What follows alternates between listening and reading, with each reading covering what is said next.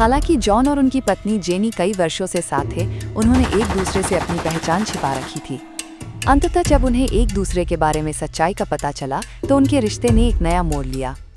आज हम जानेंगे कि कैसे उनकी यात्रा एक गलती और रोमांचक भागदौड़ के माध्यम से एक त्रासदी कॉमेडी में बदल गई। हेलो दोस्तों, ऐसे एंटरटेनमेंट चैनल में आपका स्वागत है।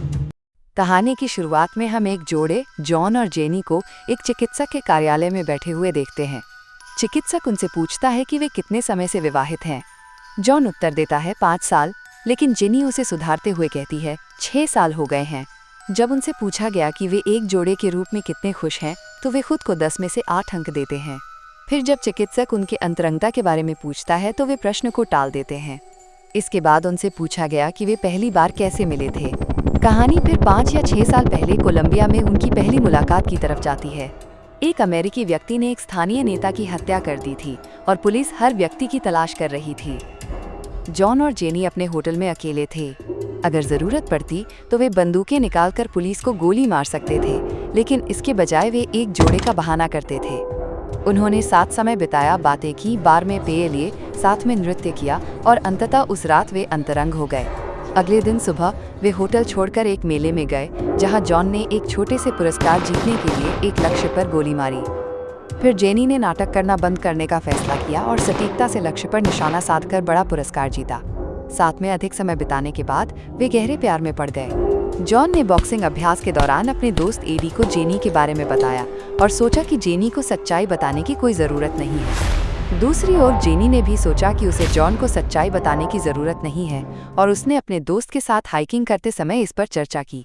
एडी ने जॉन को चेतावनी दी थी, लेकिन जॉन ने पहले ही जेनी को प्रपोज कर दिया था। जेनी के दोस्त ने भी उसे चेतावनी देने की कोशिश की, लेकिन जेनी ने इसे ज्यादा नहीं सोचा। कहानी फिर वर्तमान में लौटती है। 5 साल बिना अपनी असली पहचान बताए बीत गए। उन्होंने अपनी दिनचर्या जारी रखी। सुबह में वे एक साथ निकलते और अलग अलग काम पर जाते। शाम को असाइनमेंट से घर लौटने के बाद जेनी खाना बनाना शुरू करती, जबकि जॉन बारिश से थोड़ा गीला होकर लौटता और वे एक प्यार करने वाले जोड़े का नाटक करते थे। फिर जेनी ने कहा, मैंने नए पर्दे खरीदे हैं। जॉन ने जवाब दिया, हमें इंतजार करना चाहिए था क्योंकि मुझे पर्दे पसंद नहीं है। जेनी ने उसे आश्वस्त किया, धीरे धीरे तुम्हें भी पसंद आने लगेंगे। इस तरह उन्होंने अपनी असली पहचान छिपाना शुरू किया और एक दूसरे के सामने अभिनय करना शुरू किया। जॉन और जेनी के अगले थेरेपी सत्र में केवल जॉन उपस्थित था। उसने चिकित्सक को बताया कि वो अपनी पत्नी से गहराई से प्यार करता है, लेकिन कभी कभी उसे लगता है कि वे एक दूसरे से चीजें छिपा रहे हैं। वे अक्सर एक दूसरे को परेशान करते थे।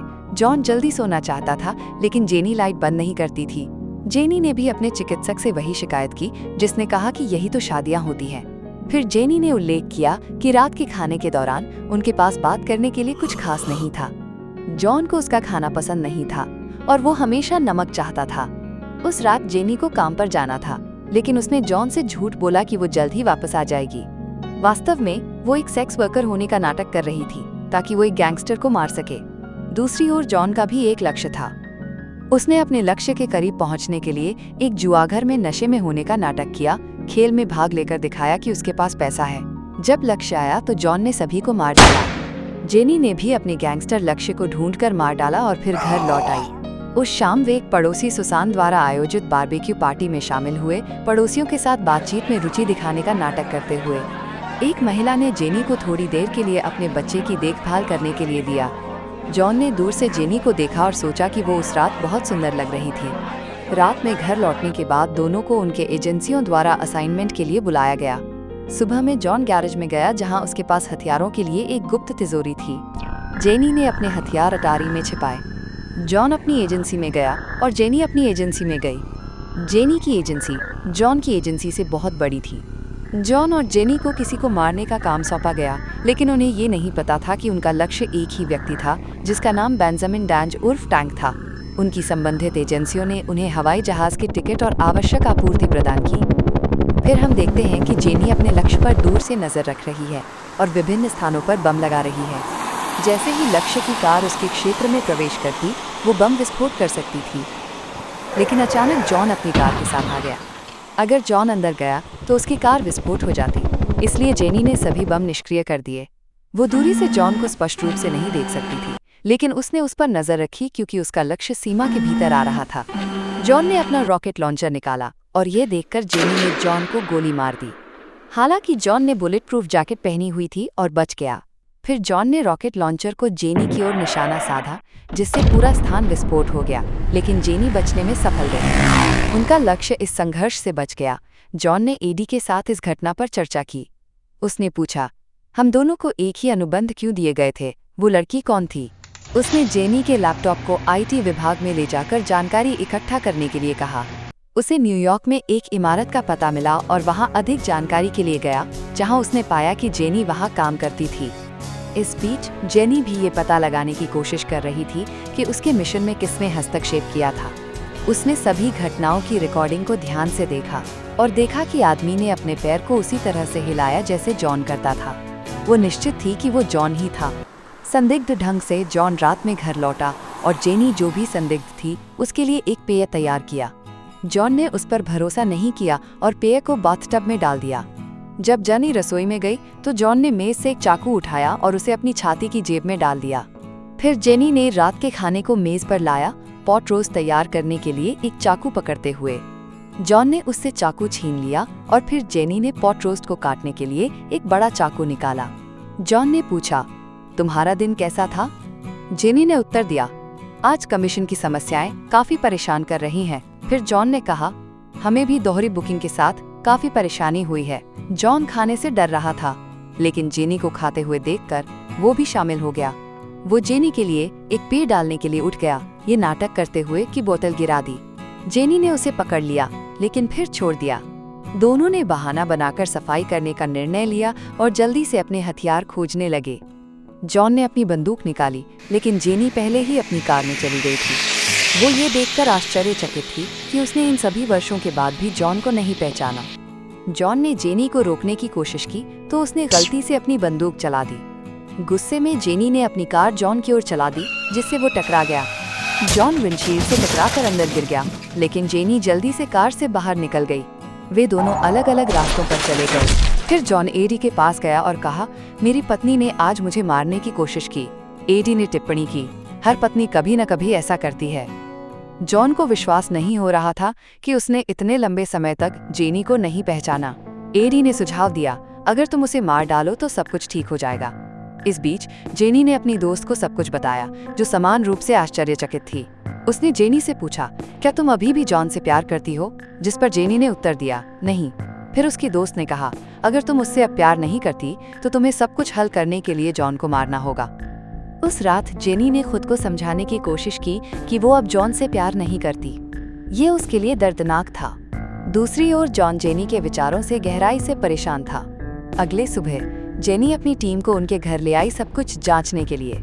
उसकी दोस्त ने उनकी शादी की वीडियो चलाई, किसी भी सुराग की तलाश में। ये जेनी के लिए एक भयावह भावना पैदा कर गया। उनके जाने के बाद जॉन आया, ये सुनिश्चित करने के लिए कि कोई भी घर के अंदर शूट नहीं कर सके। उसने अपने पड़ोसी दोस्त हाउडी को साथ लाया। उसने सब कुछ जांचा और गैरेज में गया, ये देखने के लिए कि जेनी ने उसकी सभी हथियार और सामान ले लिए थे। जेनी बेताबी से जॉन को ढूंढने की कोशिश कर रही थी, लेकिन उनके पास जॉन का असली नाम भी नहीं था। जब जॉन जेनी की इमारत में प्रवेश करने की कोशिश कर रहा था तो सुरक्षा अलार्म बज उठा। उसने जेनी को फोन किया और कहा, यहाँ से जल्दी निकल जाओ, नहीं तो चीजें और भी खराब हो जाएंगी। मुझे बस एक बटन दबाना है और सब कुछ उड़ा दूंगा। सबके लिए अत्यधिक आतंक का क्षण आया। उन्होंने जॉन को ढूंढने की कोशिश की और महसूस किया कि वो छत पर था।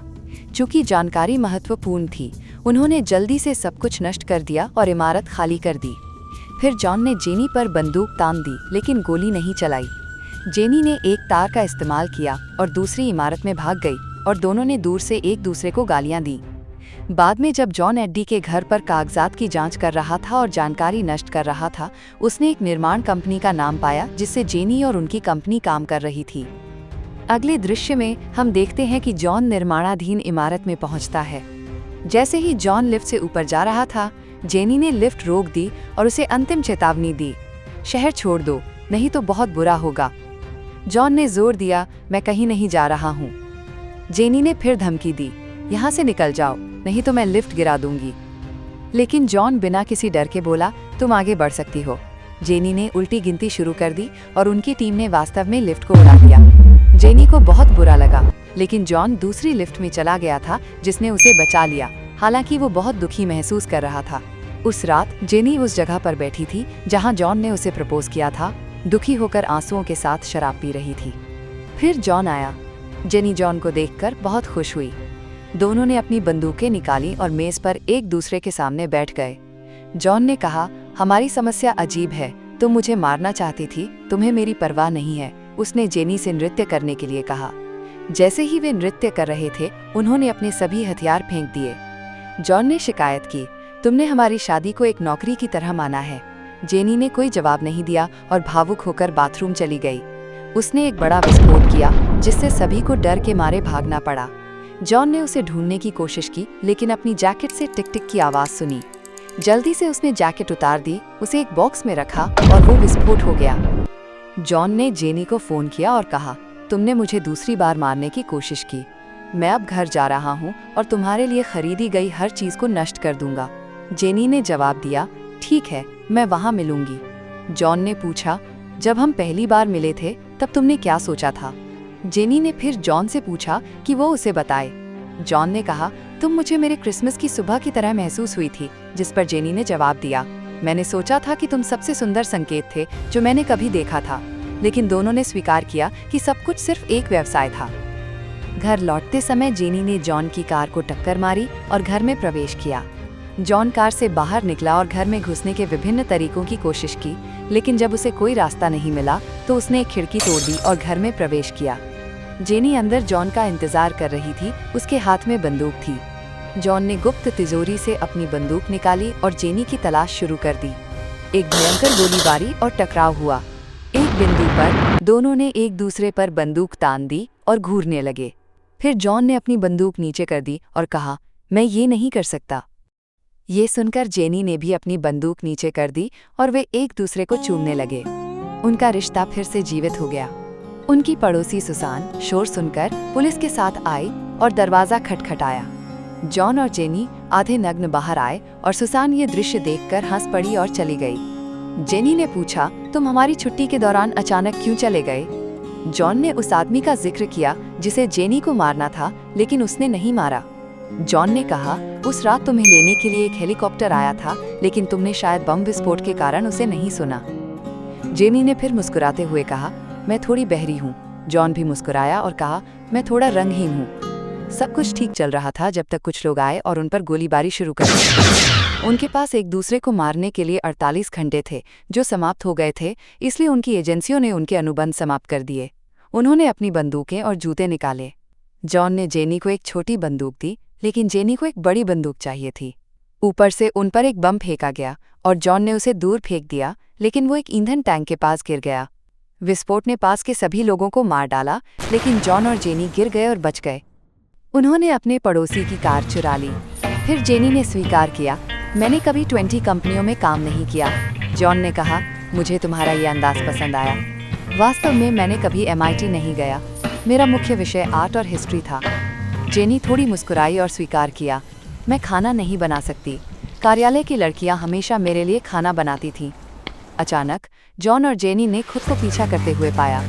जेनी पीछे की ओर चली गई और अपने पीछा करने वालों पर गोली चलाने की कोशिश की, लेकिन जॉन सही तरीके से गाड़ी चलाने में संघर्ष कर रहा था। आखिरकार जेनी ने गाड़ी चलाने का काम संभाल लिया और जॉन को गोली चलाने का काम सौंपा, लेकिन कारें बुलेट प्रूफ थी। स्थिति और भी खतरनाक हो गई जब जॉन ने बताया कि वो पहले से शादीशुदा था। ये सुनकर जेनी गुस्से में आ गई और अपनी पूर्व प्रेमिका का सामाजिक सुरक्षा नंबर मांगने लगी। कातिलों से लड़ाई के बीच वे एक दूसरे से भी बहस करने लगे। जॉन ने जेनी पर कई बातें छिपाने का आरोप लगाया और जेनी ने खुलासा किया कि उसके माता पिता का निधन तब हुआ था जब वो 5 साल की थी। जॉन थोड़ी हैरान होकर पूछा, तो हमारी शादी में जो आदमी तुम्हारे पिता के रूप में दिखाई दिया था वो कौन था? जेनी ने जवाब दिया, वो एक अभिनेता था।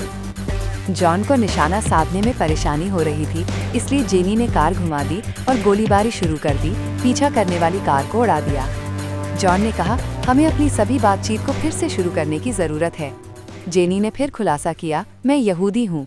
वे एडी से मिले जिसने उन्हें चेतावनी दी कि वे गंभीर खतरे में हैं। एडी ने उन्हें अलग होने की सलाह दी। उनका काम बेंजामिन को मारना था, वो आदमी जिसे वे कहानी की शुरुआत में खत्म करने के लिए अनुबंधित थे। जेनी ने अपने दोस्त की मदद से बेंजामिन को ढूंढा और पता चला कि वो जेल में है। उन्होंने एक सुरंग के माध्यम से उसे पहुंचने की योजना बनाई और अंदर जाने की तैयारी की। जॉन अंदर गया, जबकि जेनी कार से उसे मॉनिटर कर रही थी। जेनी ने जॉन को बाईं ओर मुड़ने का निर्देश दिया, लेकिन वहां कुछ नहीं था। जेनी ने फिर उसे इंतजार करने के लिए कहा, लेकिन जॉन ने उसकी योजना को नजरअंदाज कर दिया और दूसरे रास्ते पर चला गया। सभी लाइटें बंद हो गईं और जॉन ने जल्दी से जेनी से सब कुछ वापस चालू करने के लिए कहा। जेनी ने फिर से पहुंच प्राप्त की। जॉन ने क्षेत्र के चारों ओर विस्फोट किए और बेंजामिन को बचाया, उसे कार में ले आया। उनके बीच एक छोटी सी बहस शुरू हो गई। जेनी ने आंसुओं भरी आवाज में कहा, तुम कभी मेरी बात नहीं सुनते, तुम्हारी योजनाएं हमेशा अजीब और खतरनाक होती हैं। जॉन थोड़े नाराज होकर जवाब दिया, तुम कभी इसे मौका नहीं देती। तुम हमेशा योजना के अनुसार काम करने की कोशिश करती हो और तुम्हारे आसपास कुछ भी गलत नहीं हो सकता। जॉन की आंखें ठंडी हो गईं जब उसने धमकियों के साथ बेंजामिन से पूछताछ शुरू की। बेंजामिन की आंखों में डर और निराशा स्पष्ट थी, लेकिन वो जॉन के सवालों का जवाब नहीं दे रहा था। जेनी उठी और उसने उसे मारा। तभी बेंजामिन ने कहा कि उसकी पिछली जेब में एक तस्वीर है। जेनी ने तस्वीर निकाली और वे ये देखकर बहुत हैरान हुए कि ये उनकी ही फोटो थी। बेंजामिन ने कहा, आपके संगठनों को सब कुछ पता है। यदि आप जानकारी साझा करेंगे तो ये संगठनों के लिए भयानक खतरा हो सकता है। जॉन और जेनी को एहसास हुआ कि उनका इस्तेमाल किया गया था। बेंजामिन ने कहा, आपके संगठनों ने जानबूझकर मुझे एक और मिशन पर भेजने के लिए जाल के रूप में इस्तेमाल किया। जेनी ने कहा, यह अभी भी एक जाल हो सकता है। जॉन ने बेंजामिन की जांच की और उसकी बेल्ट की बक्कल में एक छोटा ट्रैकर पाया। जेनी ने खिड़की से बाहर देखा और देखा कि लोग उन्हें मारने के लिए आ रहे हैं। वे तेजी से भागकर एक गुप्त आश्रय में छिप गए। जेनी ने निराशा भरी आवाज में कहा, हमें अलग हो जाना चाहिए। जॉन ने एक हल्की मुस्कान के साथ जवाब दिया, अगर हम भाग गए तो हम हमेशा भगोड़े रहेंगे। हमें एक साथ रहकर लड़ना होगा। अगर तुम बाद में जाना चाहती हो तो ये तुम्हारा निर्णय है। उन्होंने एक परित्यक्त शॉपिंग मॉल के तहखाने में शरण ली, लेकिन दुश्मनों ने जल्द ही उन्हें ढूंढ लिया। उन्होंने एक जवाबी हमला किया और अपने दुश्मनों को भगा दिया। इसी बीच जब जेनी दुश्मनों पर चाकू फेंक रही थी तो उनमें से एक अचानक जॉन की टांग पर लग गया। जेनी ने चिल्लाते हुए कहा, सॉरी। जॉन हैरान होकर जेनी से बोला, हमें इस बारे में बाद में बात करनी होगी। उन्होंने अलग अलग मंजिलों पर जाने के लिए लिफ्ट का इस्तेमाल किया, अपने बुलेट प्रूफ जैकेट से खुद को बचाते हुए।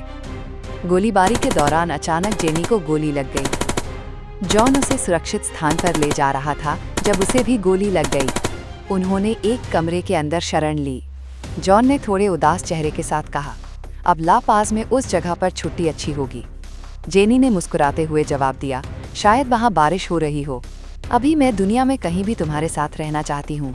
नवीन शक्ति के साथ वे बाहर गए और सभी को गोली मार दी। उनकी साहसिक कार्रवाइयों के कारण एजेंसियों ने उनका पीछा करना बंद कर दिया। अंत में वे अपने चिकित्सक के पास लौट आए। उनकी शादी में अब कोई समस्या नहीं थी, लेकिन उन्होंने महसूस किया कि एक रिश्ते की देखभाल करना हमेशा महत्वपूर्ण होता है। उनका घर फिर से बनाया गया और उनका रिश्ता पहले से भी अधिक करीब हो गया।